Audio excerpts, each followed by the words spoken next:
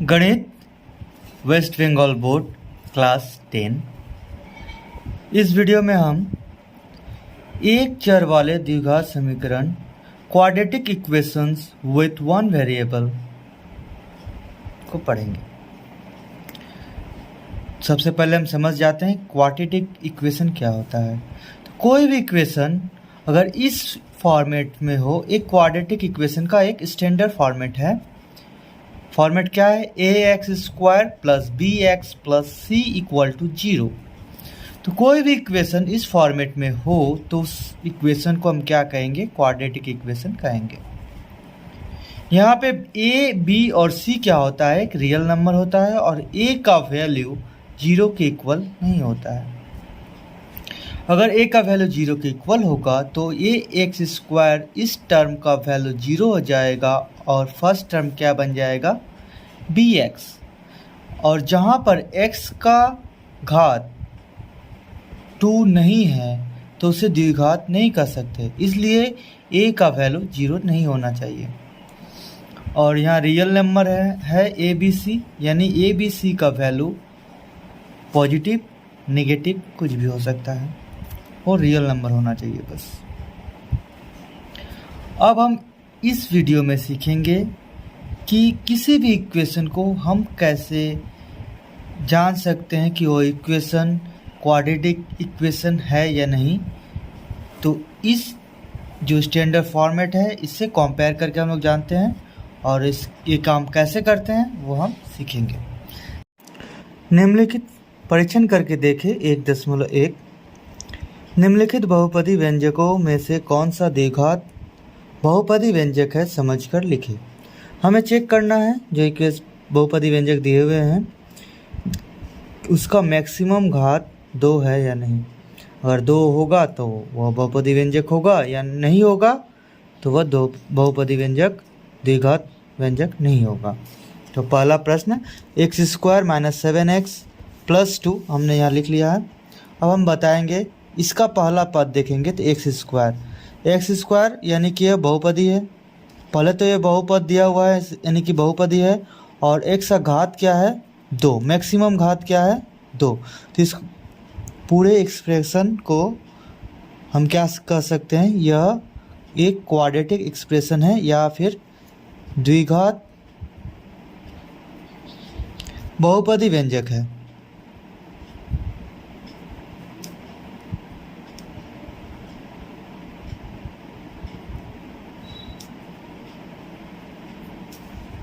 आप देखते हैं दूसरे नंबर में। दूसरा नंबर क्या है? 7x power 5 minus x into X plus 2। यहाँ का मैक्सिमम घात क्या है? 5। अगर x और x का गुना भी करेंगे तो x² आएगा, तो इसका मैक्सिमम पावर क्या हो जाएगा? 5। यानी कि दूसरा नंबर क्वेश्चन अगर दूसरा नंबर प्रॉब्लम को उतारे अगर 7x इस इक्वेशन को, तो क्या हो जाएगा? x plus 2। ये द्विघात व्यंजक बहुपदी व्यंजक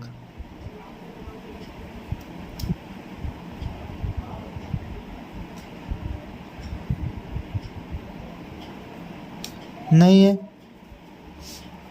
अब तीसरे का देखते हैं। तीसरा नंबर है 2x x प्लस 5 प्लस 1। अगर 2x का इसमें गुना कर दे तो क्या हो जाए? 2x² plus 10x plus 1। इसका भी मैक्सिमम डिग्री क्या होगा? x² मतलब 2। तो ये द्विघात व्यंजक या बहुघात बहुपदी व्यंजक है। और इसका तो मैक्सिमम घात क्या है? x का 1, यानी कि ये द्विघात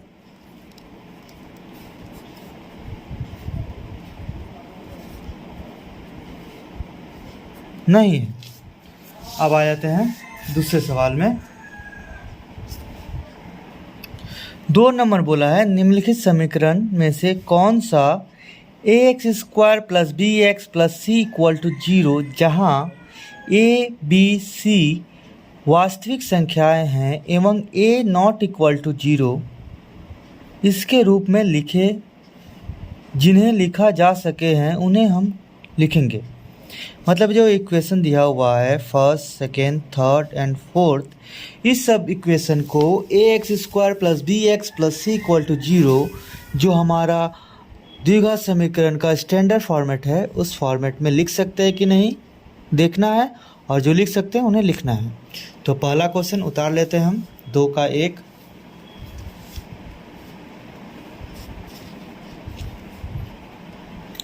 एक नंबर हमें क्या लगाना है कि इसको A X square plus B X plus C equal to zero के रूप में लिखने की कोशिश करना है। सबसे पहले यहाँ एक्स है वटा में, तो हम दोनों साइड में, बोथ साइड में एक्स से मल्टीप्लाई कर लेंगे, तो क्या हो जाएगा X square minus X plus 1 equal to 6x।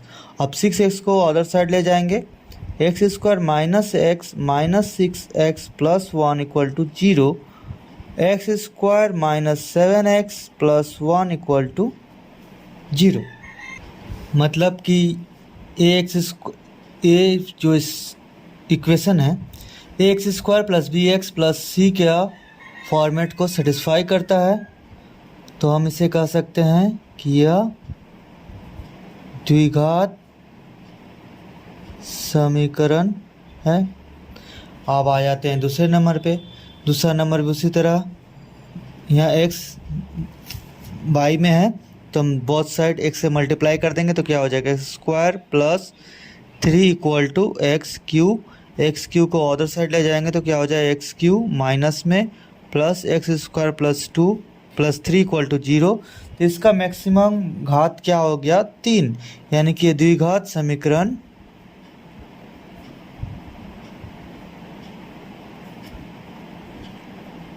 नहीं है।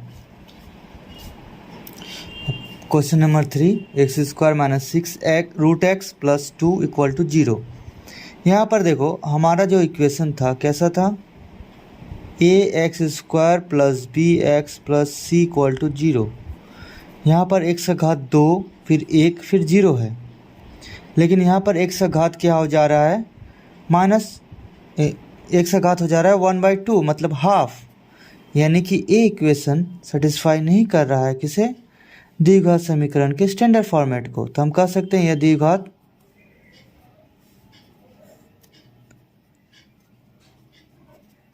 समीकरण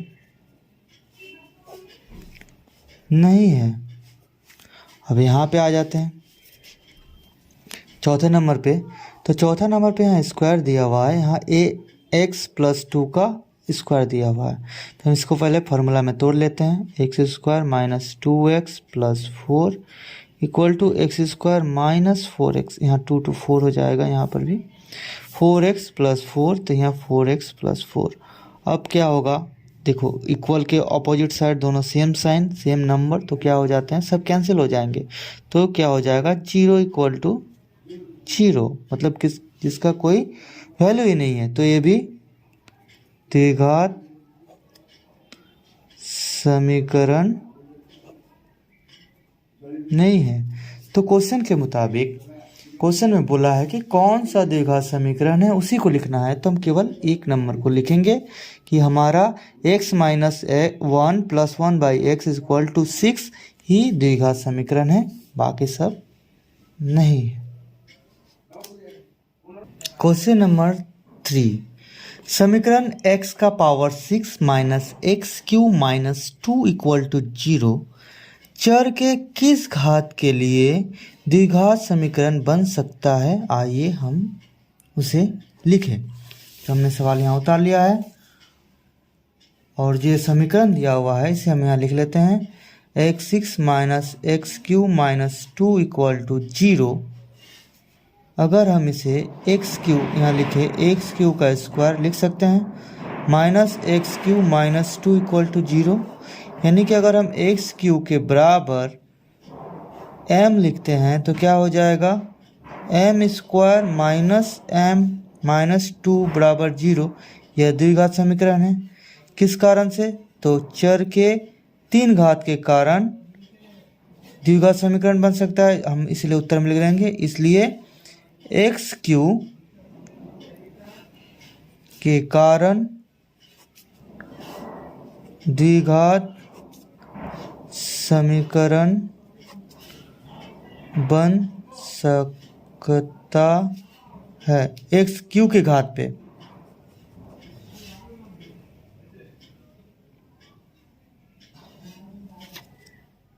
घात ऐसे हम सापेक्ष बोल सकते हैं। एक्स क्यू के सापेक्ष द्विघात समीकरण बन सकता है। अब देखते हैं सवाल number 4। 4 number question 1 a minus 2x² plus 3x plus 5 equal to 0 के किस मान के लिए द्विघात समीकरण नहीं होगा उसे लिखना है। कि इसका मान क्या लिखे, ए का मान क्या लिखे कि ये द्विघात समीकरण नहीं होगा। तो सवाल हमने उतार लिया है। हम द्विघात समीकरण के परिभाषा के हिसाब से, पहचान के हिसाब से जो हमने सीखा था कि अगर x² का कोएफिशिएंट यानी गुणांक का मान अगर 0 हो तो वह इक्वेशन द्विघात समीकरण नहीं होता है। तो यहाँ x² का कोएफिशिएंट क्या है, a माइनस 2, यानी कि a माइनस 2 इक्वल टू 0 होने पर यह द्विघात समीकरण नहीं होगा। होने पर नहीं होगा तो यहाँ a का मान निकालेंगे, इसलिए a बराबर क्या हो जाएगा, माइनस उधर जाएगा प्लस 2। तो हम लिख सकते हैं a इक्वल टू 2 होने पर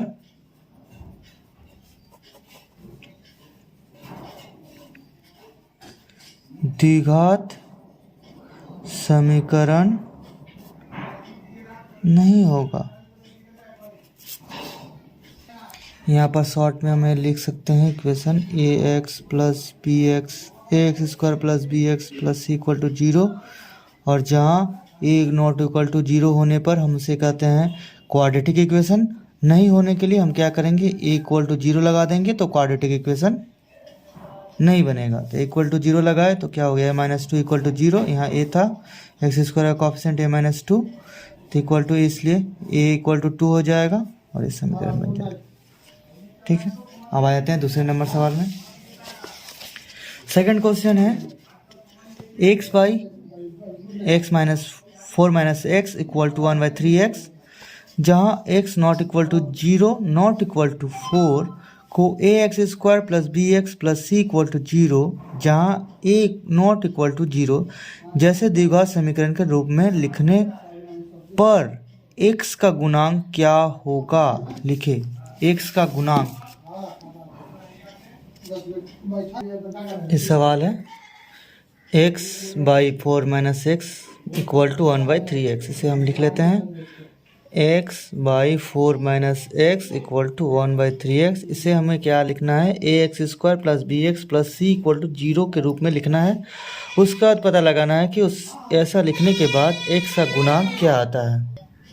अब क्रॉस मल्टीप्लाई करेंगे, 3x² equal to 4 minus x, सबको एक साइड भेज देंगे तो 3x² माइनस प्लस x हो जाएगा और ये माइनस 4 हो जाएगा बराबर 0। तो अब ये इक्वेशन किसके रूप में लिखा गया, इक्वेशन बन गया हमारा x² plus bx plus c equal to 0 के रूप में। अब हमें कंपेयर करना है, x का कोएफिशिएंट निकालना है, यानी कि x का गुणांक निकालना है। तो x का गुणांक क्या है, b का वैल्यू पता लगाएं तो b का वैल्यू कितना है 1, तो इसलिए x का गुणांक बराबर कितना हो जाएगा 1। यह हमारा बन गया 4 का 2 नंबर। अब 4 का 3 नंबर बनाएंगे।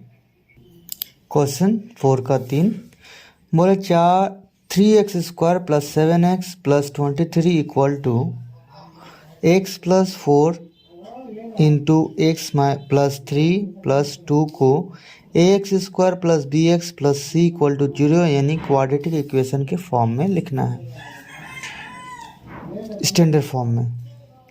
तो यहाँ उतार लेते हैं 3x² प्लस 7x प्लस 23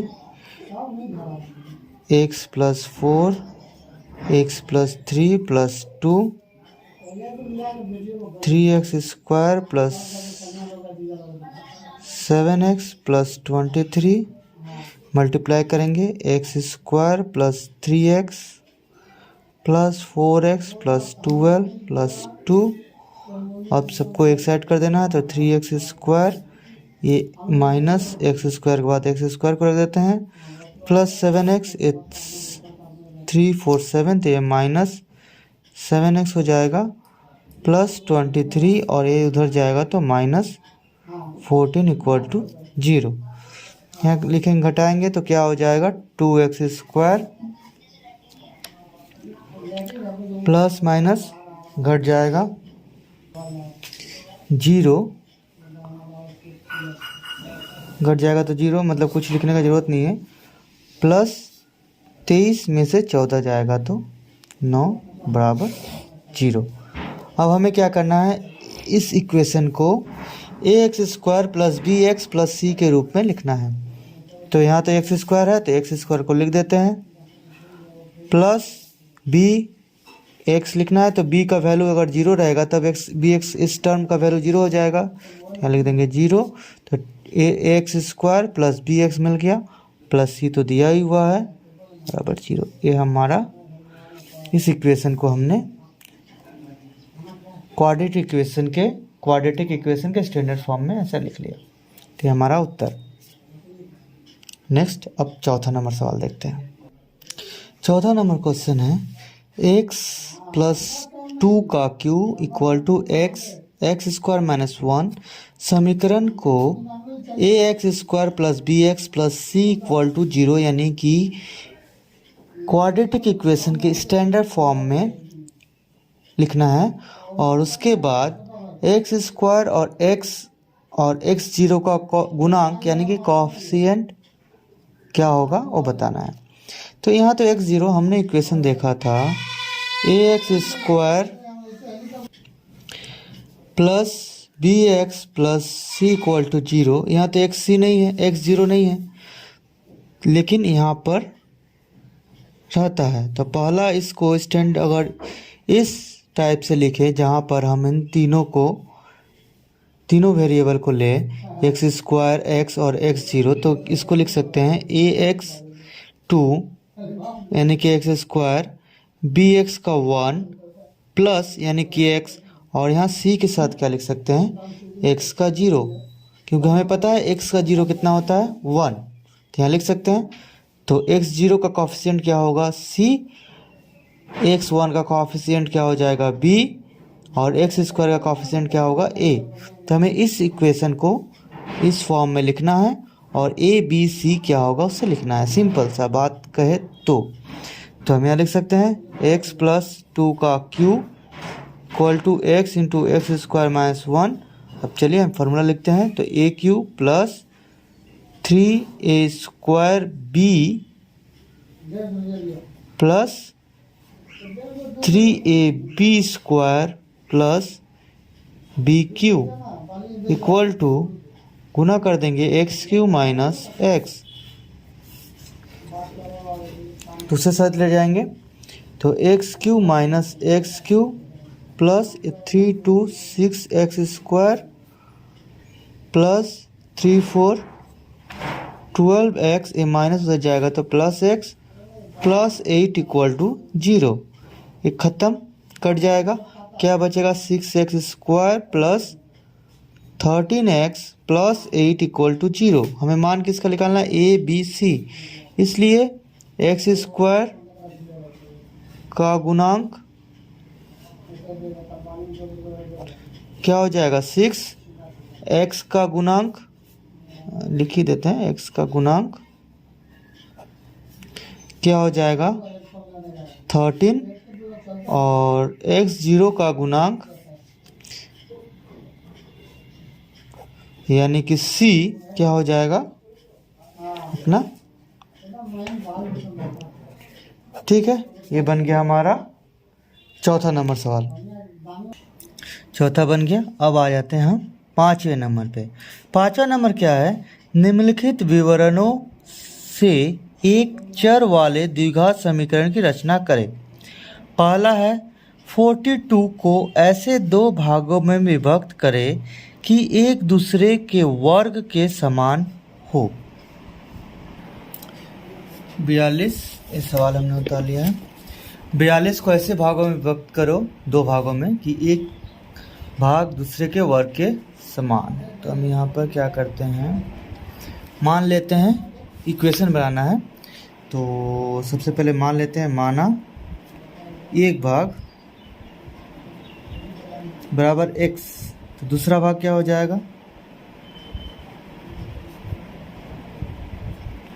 दूसरा भाग बराबर हो जाएगा 42 माइनस एक्स, क्योंकि पहला काट लिया है। तो 42 माइनस एक्स।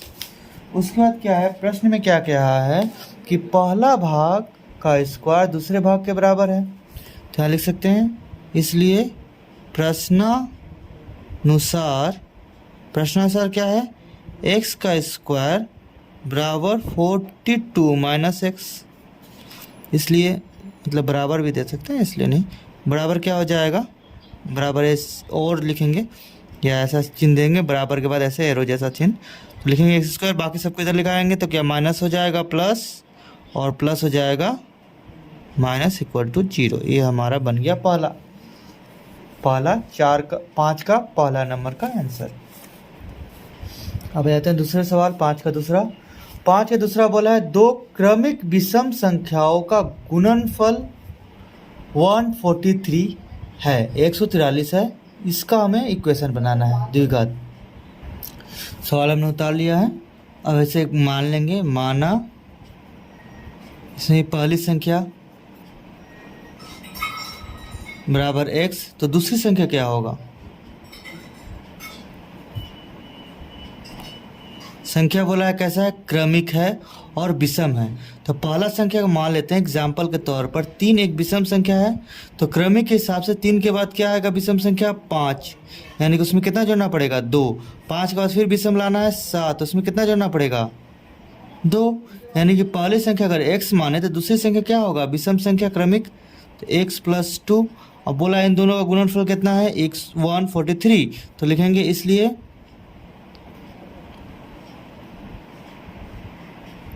प्रश्नानुसार क्या हो जाएगा, x into X plus 2 equal to 143।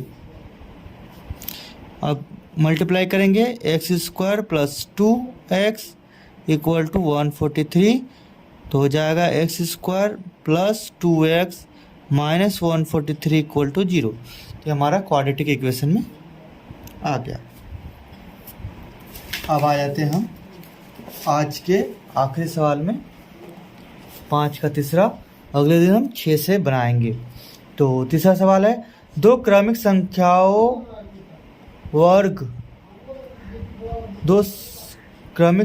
के वर्गों का योग 313 है।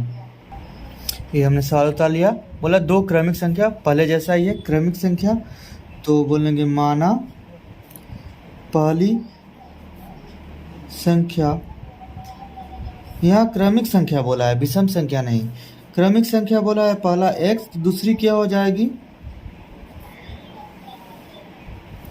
दूसरी संख्या हो जाएगी +1, इसमें 1 जोड़ देंगे। तो बोला है दोनों का वर्ग, इसलिए प्रश्नानुसार